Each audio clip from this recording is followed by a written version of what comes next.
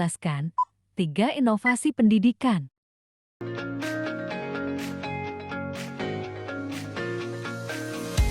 Yaitu Flipped Classroom. Flipped Classroom adalah metode pembelajaran di mana siswa mempelajari materi di rumah melalui video atau model digital. Sedangkan waktu di kelas digunakan untuk diskusi, praktik, dan pemecahan masalah. Pendekatan ini membuat proses belajar menjadi lebih aktif dan partisipatif, karena siswa tidak hanya menerima materi secara pasif, tetapi juga terlibat langsung dalam kegiatan kelas. Jadi intinya yaitu siswa belajar materi di rumah, lalu kelas digunakan untuk diskusi dan praktik, sehingga belajar menjadi lebih aktif dan partisipatif. Metode Flip Classroom. Flip Classroom adalah sebuah metode pembelajaran yang membalikkan proses belajar tradisional. Jika biasanya siswa belajar teori di kelas dan mengerjakan tugas di rumah, maka dalam Flip Classroom, siswa mempelajari materi di rumah terlebih dahulu, bisa melalui video, bacaan, atau modul online. Sedangkan ketika di kelas, waktu digunakan untuk aktivitas yang lebih interaktif seperti diskusi, pembacaan masalah, proyek, atau praktik. Dengan begitu, metode ini dapat meningkatkan keterlibatan siswa dalam pembelajaran dan memberikan banyak manfaat bagi siswa dan guru.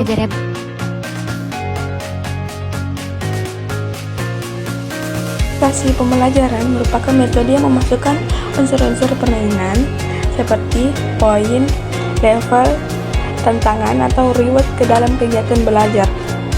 Tujuannya agar proses pembelajaran terasa lebih seru, interaktif, dan tidak membosankan. Dengan cara ini, siswa menjadi lebih termotivasi, lebih aktif, dan lebih terlibat karena mereka merasa seperti sedang bermain sambil belajar.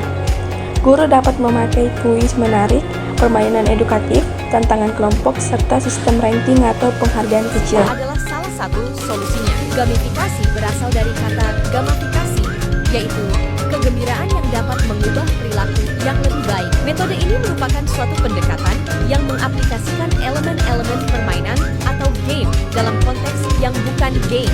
Artinya, metode pembelajaran gamifikasi menerapkan prinsip kerja sebuah permainan ke dalam proses pembelajaran dengan tujuan untuk menumbuhkan motivasi belajar dan mengubah perilaku siswa.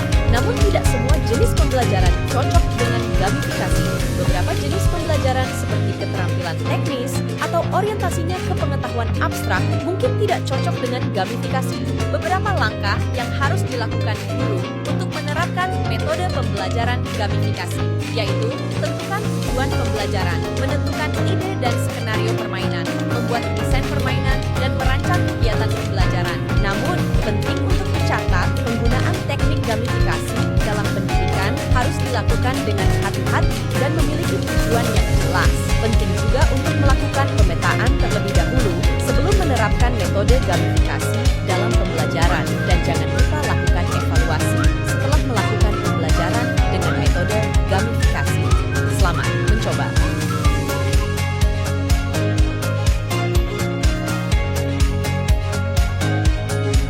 Yang ketiga, storytelling dalam pembelajaran. Storytelling adalah metode mengajarkan materi melalui cerita yang relevan dengan kehidupan siswa. Dengan menggunakan narasi, siswa tidak hanya menerima informasi secara pasif, tetapi juga terlibat secara emosional dan kognitif. Pendekatan ini membantu siswa memahami konsep yang abstrak, meningkatkan daya ingat, menumbuhkan kreativitas, serta membuat proses belajar menjadi lebih menarik dan hidup.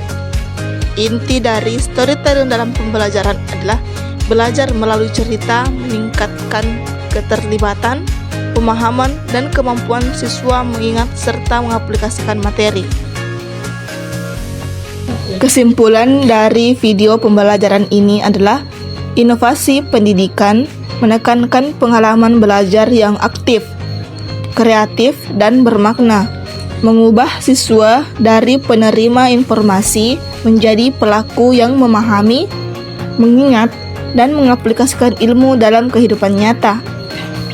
Melalui pendekatan ini, proses belajar tidak hanya berfokus pada penyampaian materi, tetapi juga pada pengembangan cara berpikir, kemampuan memecahkan masalah, dan kesadaran untuk menggunakan pengetahuan dalam situasi yang sebenarnya.